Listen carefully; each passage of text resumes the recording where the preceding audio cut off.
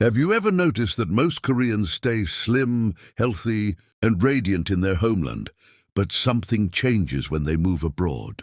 It's almost like their perfect balance of health and lifestyle suddenly disappears. Today, we're uncovering one of the most surprising cultural mysteries: why Koreans stay slim at home, but gain weight overseas. Before we dive deep, welcome to the Hidden Korean Lifestyle, the channel where we uncover the truth behind culture, lifestyle, and global mysteries that shape how people live, thrive, and change. If you love discovering hidden secrets about nations, traditions, and the science behind lifestyle transformations, then please like this video, subscribe, and turn on the notification bell, so you never miss our next episode on the fascinating habits that define people and countries around the world. In this episode, we'll journey through the streets of Seoul and the kitchens of Korean homes, then travel across oceans to see how life changes when Koreans adapt to a completely different environment. From eating patterns and community meals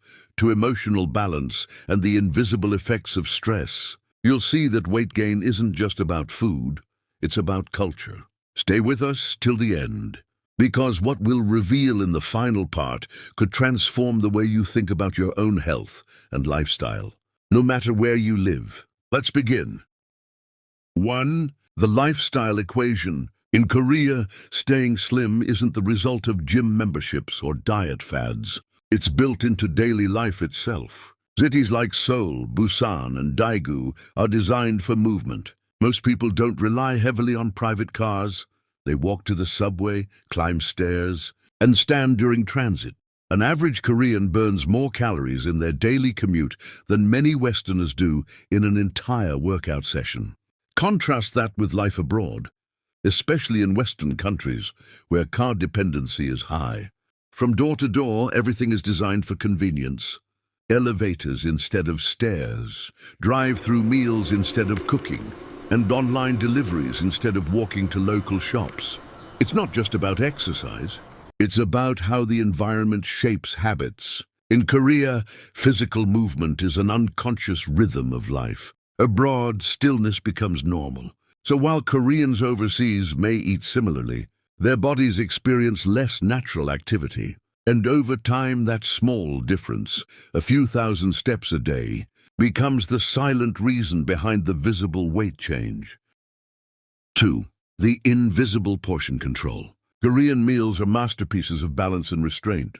At home, lunch or dinner is rarely one massive plate of food. Instead, it's a set of smaller dishes called banchan, each portion modest, beautifully arranged, and nutritionally balanced. This structure naturally limits overeating. Even when you're full, you stop, not because you're counting calories, but because the cultural meal design guides you toward moderation. When Koreans move abroad, they enter a food culture built on the idea of bigger is better.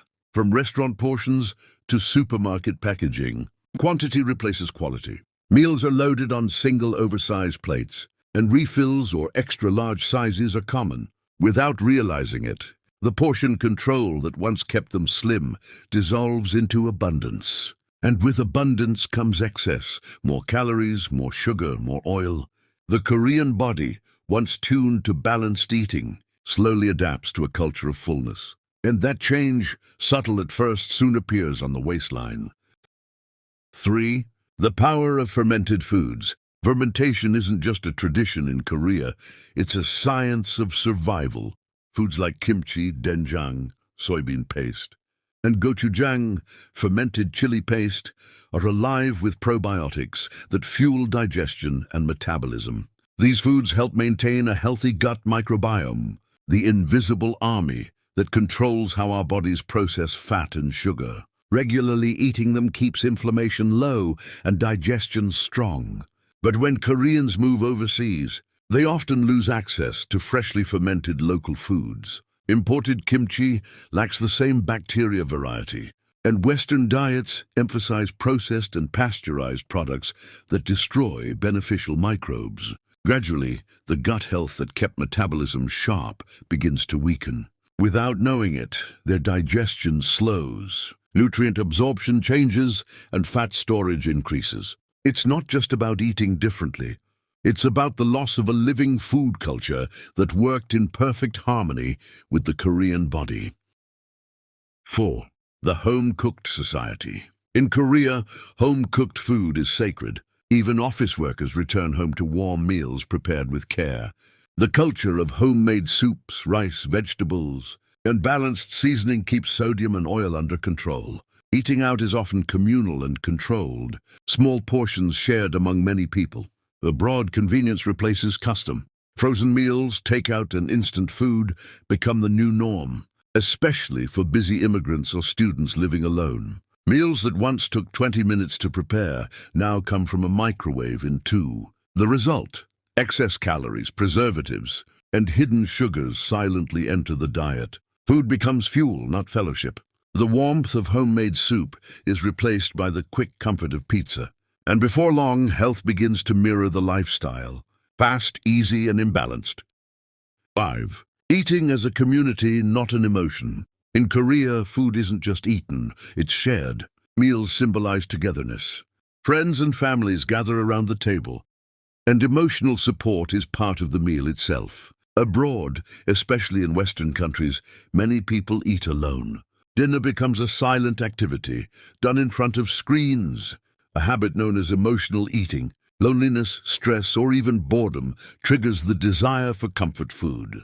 When the Korean sense of togetherness disappears, food takes on a new meaning. Comfort replaces community, and emotional eating, often rich in sugar and fat, slowly becomes a coping mechanism. The community prevents emotional hunger, but isolation feeds it. That's why the same Korean person who eats 3 balanced meals in Seoul may crave sugary snacks or midnight takeout abroad. They're not hungry, they're homesick. 6. The no-snack culture. In Korea, snacks are surprisingly rare. Children learn early that meals happen at fixed times, and eating between them is discouraged. This rhythm trains the body to expect nourishment, not constant reward. Abroad, snack culture dominates. Supermarkets are filled with chips, cookies, chocolates, and soda at every corner. Workplaces have vending machines. Campuses sell sweetened drinks. Homes stock snacks just in case.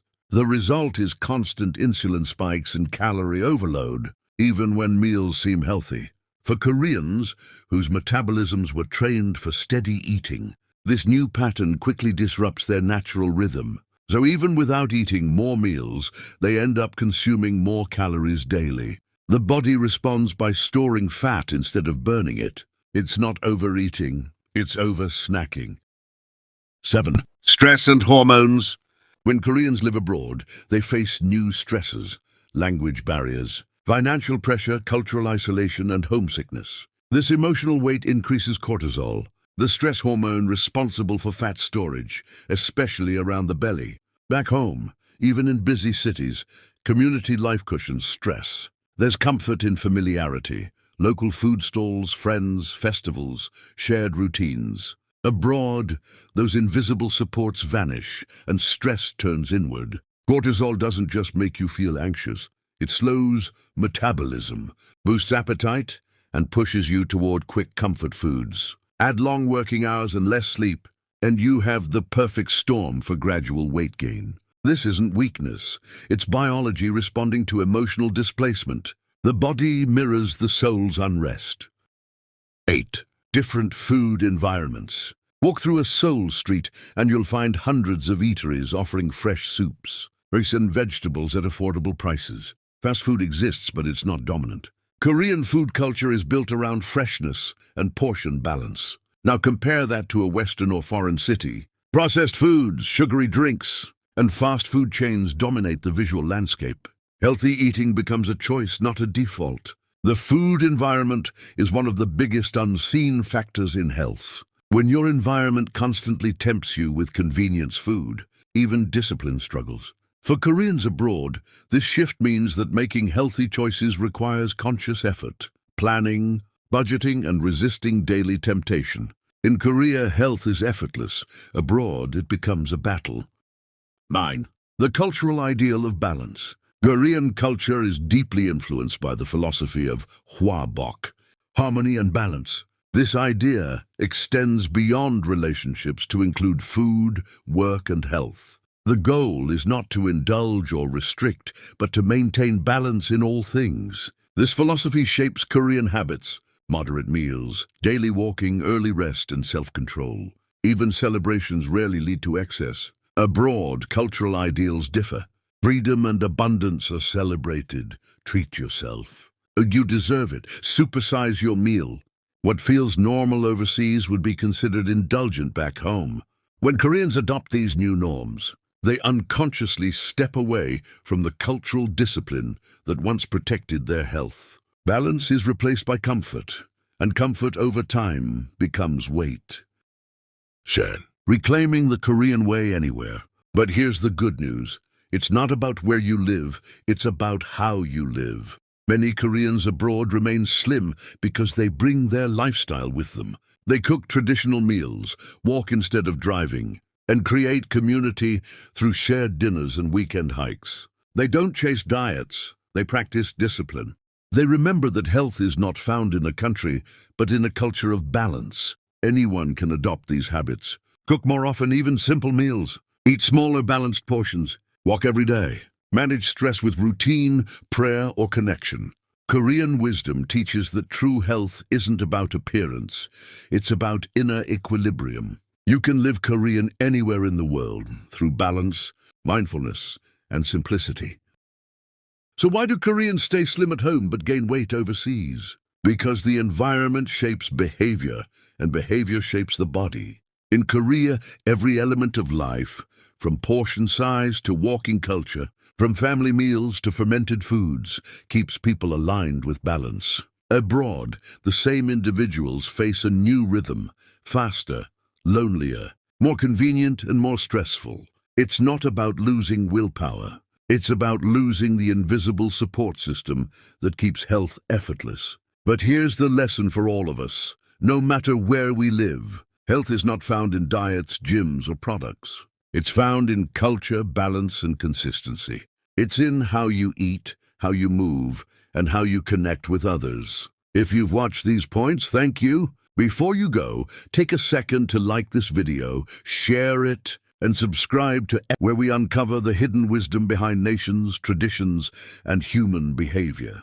Your support helps us continue exploring the stories that connect our bodies, mind, and culture across the world. Because sometimes, understanding why one nation stays slim can teach the whole world how to live better. Until next time, stay curious, stay balanced, and keep discovering the hidden Korean lifestyle, culture, and entertainment.